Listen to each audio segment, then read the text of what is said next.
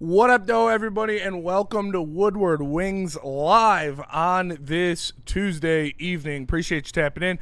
Make sure you smash that like button and share the stream. Joining me now is Justin Satawa. We didn't plan this, just an orange day around the office today, so that was pretty cool. Maybe that means Dylan Larkin will get traded to the Oilers, but we'll see. We'll see what happens. But there is some news, there is some reports, there is more rumblings and rumors and reports, all the R words at Dylan Larkin, and it's whoa.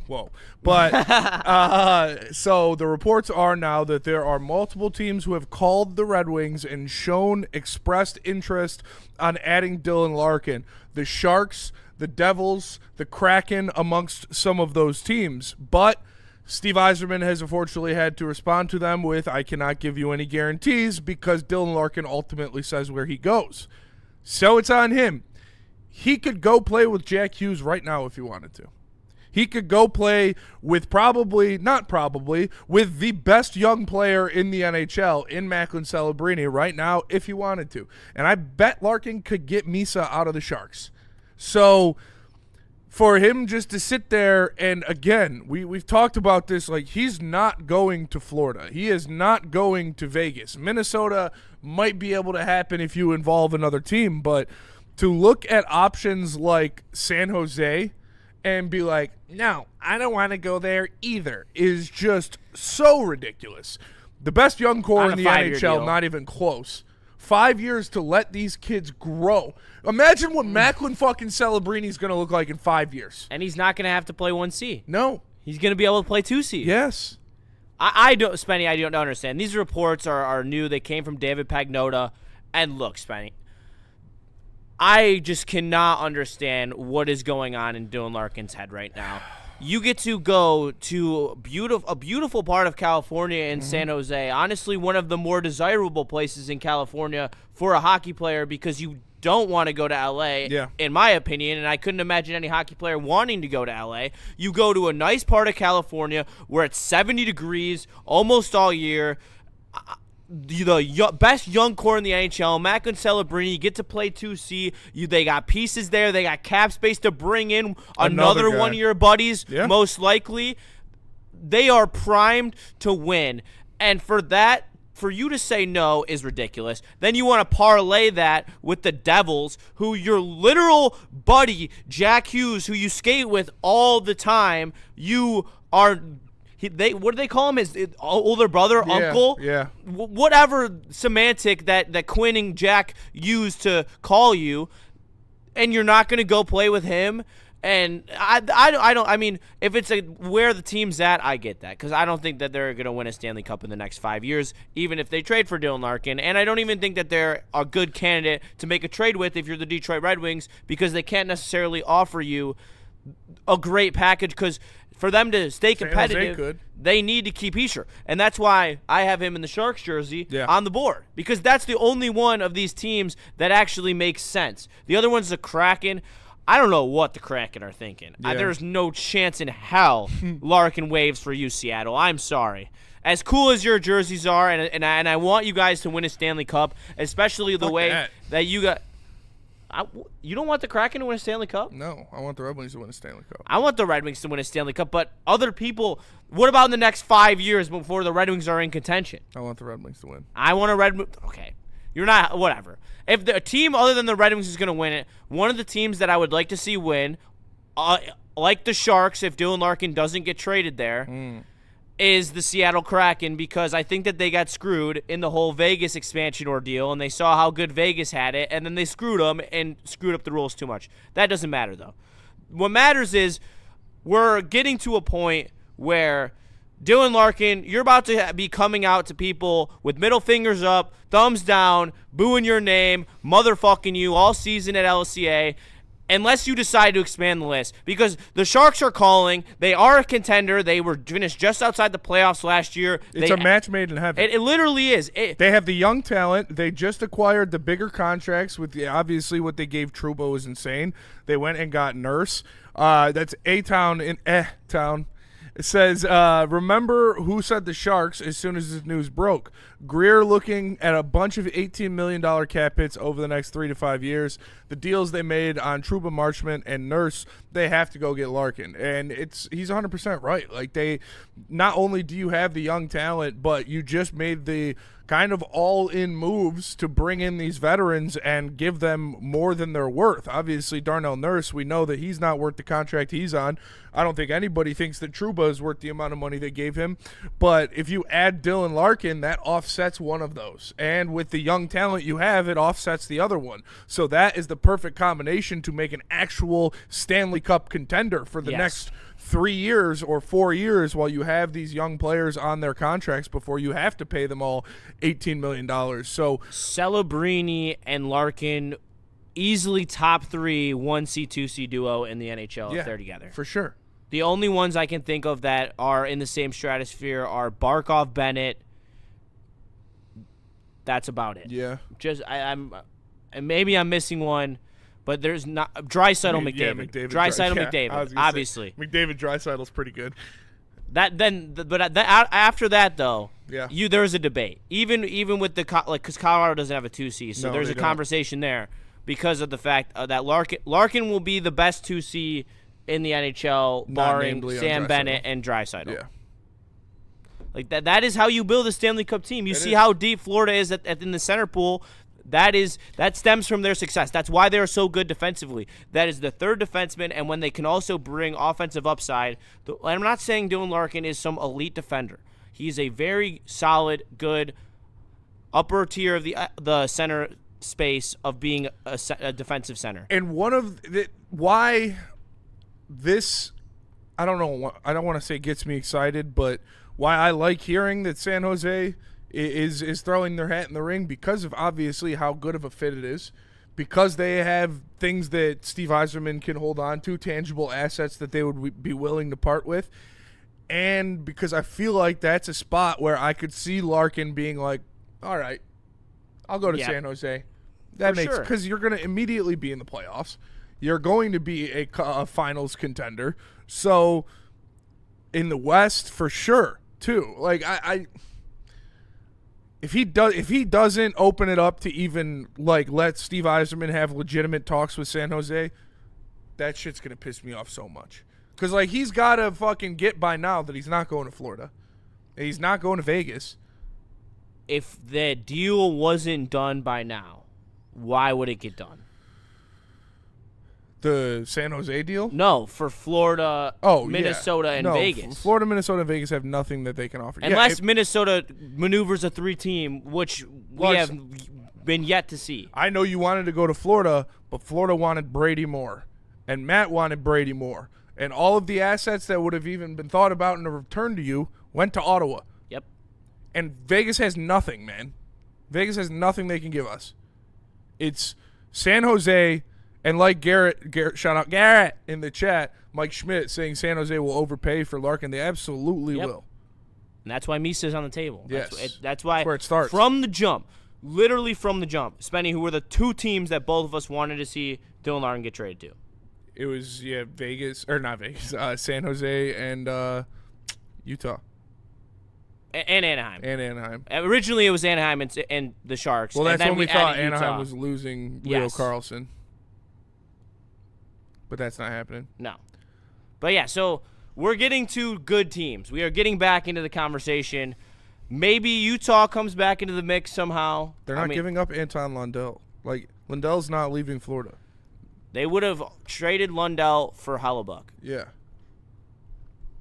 They just gave up Rodriguez, too. They're not I know it's, I would have given up Rodriguez before Lundell every day of the week. They view Lundell as a 1C. They're not giving him up for Larkin. They already said that. They showed it in the Brady to Chuck deal. Yeah. You don't think that the Sens you don't think needed Ottawa a wanted 1C? him? I just think that's not going to happen. Florida, you're not going to fleece Zito. Like, as much as I love Stevie and think he can fleece a lot, he's not fleecing Zito. He could fleece San Jose. Because they're desperate. Yes. Florida's been wheeling and dealing like this for the past, 3-4 years? They know what they're doing in these arrangements. San Jose, this is their first crack at the piñata. This is where you can get the most out of them. Yes. because they have the most to give. And this is where they will, out of these teams. where they will be the most desperate. Yeah, is right sure. now. Because like if they don't get Larkin, they're gonna get another 2C. They're gonna find one. But he's probably not going to be as good as Larkin. But he's not gonna be as good as Larkin. Yeah, that's why they want him so bad. But if Larkin just keeps saying no, or Steve Yzerman, honestly, I don't even think Yzerman could outprice himself in this one. I think the Sharks will be willing to play ball with anybody outside of Celebrini and Will Smith. And probably Sam Dickinson. But that's probably what he'd start with. Yeah. And then get talked down to Misa and other pieces. That's why it's so attractive. Like, I mean, really, and it's not just the top level. Like the Sharks can fall down the organization in depth a little bit, and you still can find some pretty nice players. Like they just moved off Oakland for essentially nothing. Yeah. And Oakland was a good player. He was a good player. It wasn't great, but almost like a half point per game.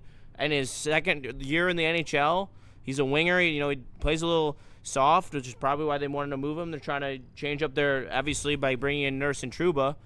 And I'm bringing Larkin. Hey, Larkin's Tough the toughest guy. man in the league. Great defensively. Wins faceoffs. Out there for USA's game-winning goal. You know that, right, San Jose? Yeah. You know that? Big game player. Yep. Elite. Everybody loves him. Definitely make sure you focus on his stats in September through February. Yeah, that is the key. Oh, hey, damn. Spain just scored again. Oh. Fuck, did they actually? Yep. Oh, damn it. All right. Damn. That's tough. I just put money on France. It might be offsides, though. That'd be hype. All right. Anyway. That being said, if you were to set the odds right now, number one team that you think that it's 2-0. Larkin is going to would it be San Jose? Would they be number one? Yeah, they would be number one. Because it's not going to be one of the teams he wants to. Yes. So that's already obviously those teams would probably have to have the biggest odds now, but he's going to have to open his list at some point. San Jose seems like a spot that would be him willing to be open to, and they have a lot to give. But the other team I think that should also be right there is Dallas. Yeah. I think Dallas and San Jose, if I was a betting man, I would pick one of those two teams. Yes. And I think that obviously we have a report. Do you want to dive into that right now? Yeah. All right. So there is a report that came out. I believe this was also from Pagnota. Shout out. The insiders, or the outsiders, as the meme says. Anyway. It's a good movie. It is reported that the Dallas Stars are willing to trade Jason Robertson for Dylan Larkin. Not verbatim. That is the exact report. They are willing to trade Jason Robertson for Dylan Larkin. That is the report out there. And so, to me, the first thing that comes to mind, because Jason Robertson is currently in an arbitration, I don't know how they do hearings in the NHL. Probably that would be my guess. It's probably the same way, yeah. Are you getting the court involved? It's normally the same across all sports. Yes. So they're gonna have an arbitration hearing. I'm sure that he's gonna, the offering contract is gonna be high, considering the fact of what the contracts that have been signed this offseason have been. Carlson did him a huge favor. Yeah, Carlson did him a huge favor because he's gonna be able to walk in there, and positional value is only worth so much. Yeah, it really is. It's not worth $4 million. It's not worth $4 million. Yeah. It's probably worth $2 million. Maybe. And when he's put up seasons 20 points higher than Leo Carlson, he has a 100-point season. He has multiple seasons of 90. He's going to get arbitration. What I've seen is 4 years, $12 million. What Leo Carlson did and how much he makes, I would find it very hard to believe that the NHL would be able to convince a court that Jason Robertson deserves less than $15 million a season. I think that is I'm starting at 19 if I'm Jason Robertson's attorney, and I would settle for 15. And I think it's going to be somewhere in that range. I think there's no way that he gets under 15. There's usually no winners when you go to court. No. And you're going to see that, because how this is going to turn this situation, it's going to press Dallas against a wall, essentially, with the way that it's going to abuse abuse their cap space. Yeah. And they're either going to have to move off people to keep him, or they are praying for us to swoop in and trade them Larkin. Honestly. Yeah, we would be doing them a huge favor. We would be doing them a huge favor. We would get more than just Jason Robertson. And I don't think people are ready to have that conversation, because all I've seen is people laughing at the idea of Robertson for Larkin. And obviously the only way that this trade gets agreed on is if there's an extension in place with Yzerman. He has proven that time and time again,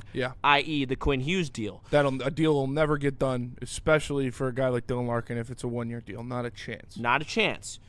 So we're gonna operate off the idea that Dylan Larkin that Jason Robertson is getting a multi-year deal. Yeah. To play for the extension to play for the Detroit Red Wings. A big time one. A big time one. 6+ years. Yes, 6+ years, $14+ million. Yes, easily. That's what the contract is going to be. Would Steve Yzerman give out that contract to Jason Robertson? I don't think he will. I got to see it to believe it. I don't think he will. I don't think he will. I from everything that has come up, from the reports that have come out, that he's been uncomfortable being in these waters with Alex DeBrincat.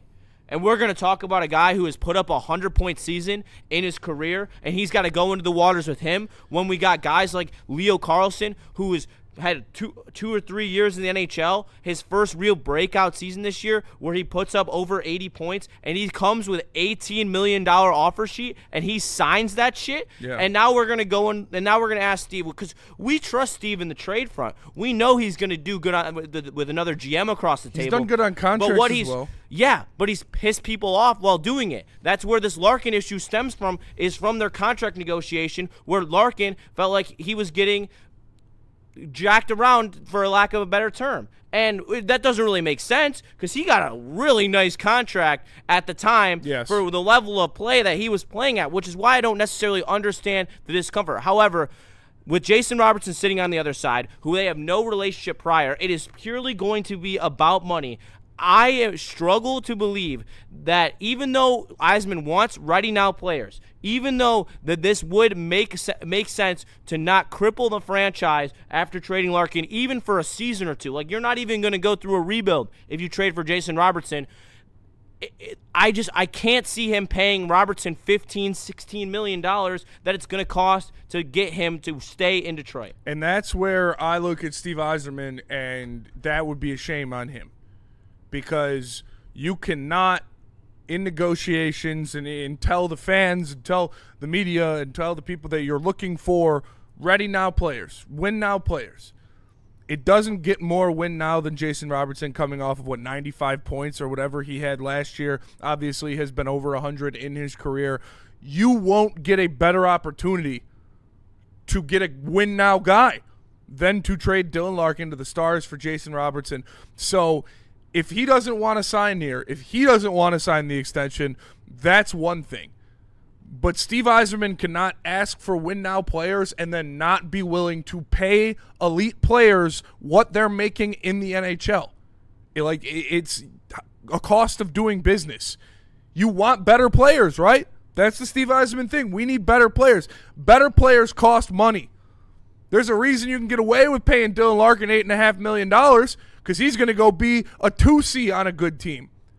If you want a no-doubt 100-point guy, no-doubt best player on your team, which is what Jason Robertson would be forward-wise, you have to cough up the money to get him here.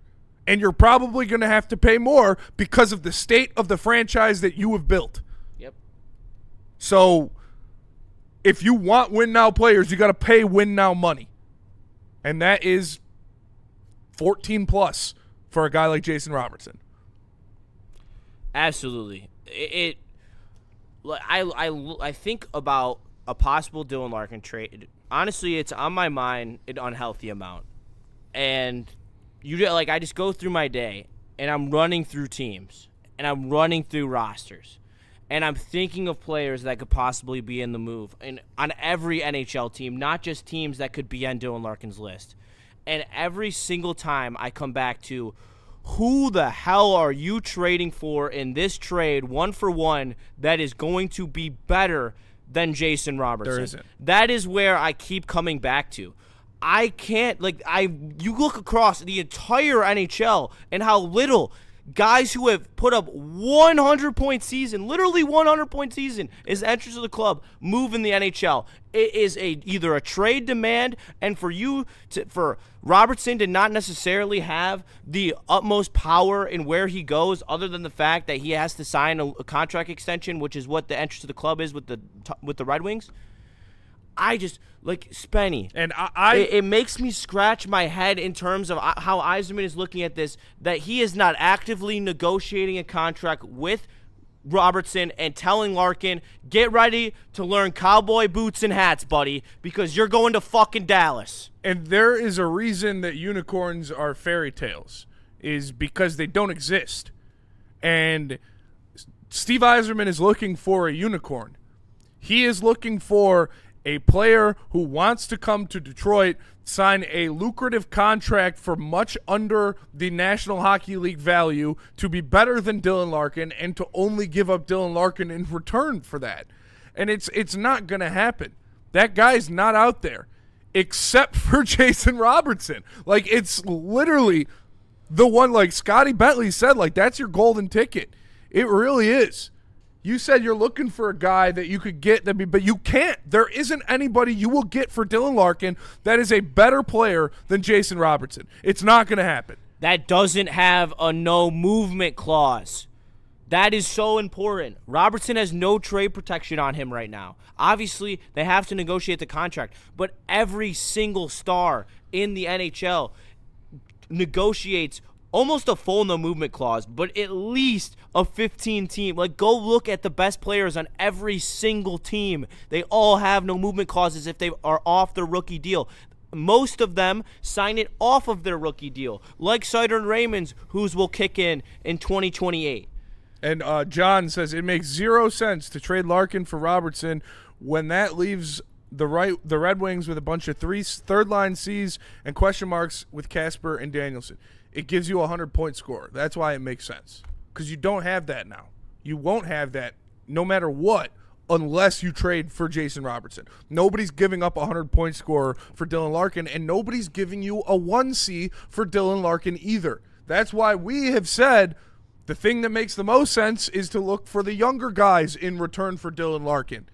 A young piece you could see becoming a 1C. But that's not what Steve Yzerman wants. He wants win-now guys. The best win-now guy you could possibly imagine to get is Jason Robertson for Dylan Larkin. Point me to the 100-point player on this roster or in this prospect system, and I will wait 30 seconds for the chat to get ready. But please, I literally dare you to go in that chat and type a name, because my favorite player on this fucking team is Lucas Raymond, and I would kill for him to have a 100-point season. But he has to take 3 ginormous steps before he is even ready to be in that conversation. Yeah. He has to stay healthy, be very good in March and then in April, and then on top of that, add 20 goals, probably more like 15 to the repertoire to even be in the 15 to be in the conversation. And Tons Truck says it makes the most sense, and if you feel the young guys can step up and center the line in the NHL, then now stay with me, package them for a center. Exactly. That's why it makes he's right 100%. Wow. Tons Truck. Simple math. Crazy. You add Jason Robertson, 40 goals, no doubt power play 1 best option, and no doubt top line forward. If one of these guys you have isn't a 1C, then you package them and a couple picks and another young guy and go get a 1C. You could still do that. Then you're on the hunt. But you can't 2C and you're in the same spot. You can't. But better with a 100-point score. Yeah. Literally. But in a better spot. Yeah. You know how you cover a 2C, like we've been talking about for the last 3 years with Dylan Larkin? Raymond and Robo. In between Raymond and Robo. That makes a 2C look a hell of a lot better and more like a 1C. It's I don't even understand. If Larkin doesn't want to go there, all right, that's one thing. But if Robertson doesn't want to come here, that's another thing. Why would Larkin turn down Dallas? It makes no sense. It makes no sense. It does. Tax-free state, income tax-free state. arguably the best roster in the NHL, like outside of Florida and Carolina. Like we've talked about the last time Garrett was here about now to be a true cup contender, you have to have an elite 9. Like you have to have nine elite forwards. And right now you've got Florida that has that. You've got Carolina that has that. And Dallas is a Dylan Larkin away from having that. Yes. So, I don't know. Makes sense. $14 million not for a winger with a center to get them the puck. Listen, this is going to happen. Guys, the salary cap's going up. $14 million is not what it used to be. Leo Carlsson just got $18 million. Like, I know that you don't think that's what they're worth, but it is. That's math. And the cap's just going to keep going up. So if you sign Jason Robertson right now for a 6-year, $14 million a year deal, in 3 years, it's going to be a very friendly contract because you're going to see guys making 20 plus. And Connor McDavid's deal is going to be $20+ million a year. And Cale Makar's deal is going to be $17-18+ million a year. If you could get Robertson locked down for 14, it's going to be good in a couple seasons. People have been talking about the offer sheets already. For Celebrini, and the max is 20.8, and now next year the max is going to be higher because the cap's going to go right. Up. So next year it's probably going to be like 21.2 or 21.5, and I would offer Macklin Celebrini an offer sheet of $21 million before I woke up in the morning. Like it's what these guys are worth now. And the last thing about Pagnota that he put out there today, as we wrap up the episode, shout out to you guys as always. Subscribe, smash that like button. You guys show out every single time we go live. We appreciate you guys. Got to have post noties on or something. So we appreciate you guys. Yeah, you guys are the goats for real. Like every single time. But the last one was about Elias Pettersson, and apparently Pagnota still wonders about Pettersson to Detroit. And all right. Let's have a real conversation about that. Let's say that the 1-for-1 Larkin for Robertson happens, okay? And then let's live in this unicorn fairy tale land that you described, because I would like to live there for once in my life in terms of the Red Wings. Where you find the perfect player? Where I find the perfect player, yes. Okay. So let's talk about a world where Elias Pettersson, you are paying him. He finds it again? Around around the cap hit of Larkin. You get him down from 11.5 to somewhere around 8.7. Yeah. You get them to retain, 3, hopefully more, but and you put Pettersson in between Raymond and Robo. You go Arvidsson to Brinkett with Finney or Kopp, and then you are now looking. You are way deeper, and I don't know what if you had Raymond, Pettersson, and Robo, that would be your best first line since it was Datsyuk, Zetterberg, Hossa. Like yes, it would flat out. My question is though. What is the true value of Pettersson? Because I really think that he has almost no value. I am down on Pettersson. I am also down on Pettersson. I'm not saying, but if you are saying you already have Robo and like Tom or whoever said in the chat, then you go fishing for a center and he's the one you bring in, that's a different story. Him being the centerpiece of a Larkin trade, no thanks. No. But if you're getting him to add to the As first a filler. line He's a filler. Yeah, Robo and Raymond, that's a different story. Then I could be talked into that. And then I think you could get away with obviously it would have to be soon because you can't allow any of your prospect stock to get even lower. But if you're throwing around a Danielson and a Casper and then probably another upper tier asset and a filler, I don't even think it would take. I think maybe it would Danielson, be a second round pick, and a fucking Danielson. Danielson. I mean, if you gave them they're gonna ask. They're gonna ask for Bear. They're gonna ask for Plant. They're gonna ask.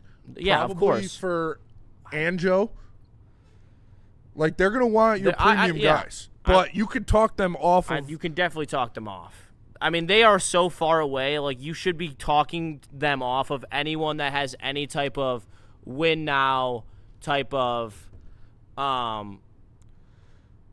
like they are 3 years at best away. Yeah. Like they still need to tear it down too. Like they're not even to the studs yet. Like they still have Pettersson. Yeah. And they still are looking to bottom out. They also got screwed in the draft lottery. That was crazy. That was pretty crazy. That was brutal. Shout out to Pettersson Vancouver. is $11.6 million per. Yeah, you could if you can get.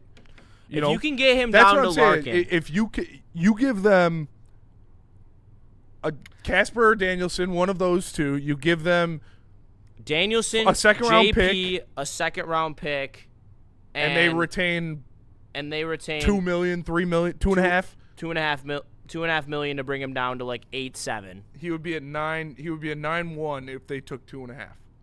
3. So if they take 3, he'd be at 8-6. I think we're in the ballpark. Perfect. I really think we're in the ballpark. But that's only not Casper, not Barris, the same vengeance. Yeah, I don't think he would give up either of those. I would probably. I'd think Danielson, JP, and a third-round pick, second-round pick.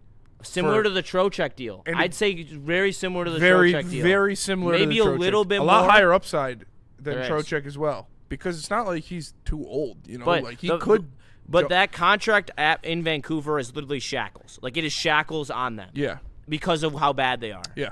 So it is kind of an interesting situation. I would only be willing to consider it, even with the knee issues, if they got Robo. I think that would be the best case scenario. Yeah, if there's no Robo or elite wing involved, then no. But I think that would best case scenario because it gets you a 100-point guy, and it gets you a center who is comparable to Dylan Larkin, and I think that would make you a playoff team. I think if you want to be a playoff team, you trade Dylan Larkin for Robo. You got to ink him to a fat contract, and then you do something to get Pettersson with, like you said, $3 million retained. And that gives you a first line of Lucas Raymond, Pettersson, and Robo, and I think that is right up there with pretty much any first line in the East outside of Florida. I would say so. That would be... And your second line would be much better, too. Yes. Arvidsson with Cat and Kopp, honestly, I would put Kopp. Probably Kopp. Because Arvidsson's a skating wing as well, so that there'd be enough speed on that line where you wouldn't need Finney or Casper. And then you probably just go back to the line that had success in spurts. Finney, Casper, MBN. As the third line, and then fourth line you got Colasar, Comfer, and whoever Mazur. You want. Yeah. Mazur, Rasmussen. That's a better team than you had last year. Absolutely. For sure. Right? I don't think anyone can deny that. No. And what we can't deny is that's the unicorn farts in Happy Thoughts land. It's probably not going to happen. That's like rainbows, unicorns. Sean calling me El Slapo. That would help Yzerman save a little face at the same time. Yeah, it would, because you get another, Michigan guy with Robo and. Listen, I can tell you what. If I was in the GM office right now, that'd be hella appealing to me personally. Shout out to Yzerman. But it's on Larkin. He's got to want to go to Dallas. He does have to want to go to Dallas, and we appreciate you guys. Thank you guys for tapping in. Another banger episode from you guys. Smash that like button. Smash it. Subscribe to the channel. Share it with your friends. We love you. Don't be a stranger. We'll see you in the next one. Peace. Thank you. Peace. Yeah.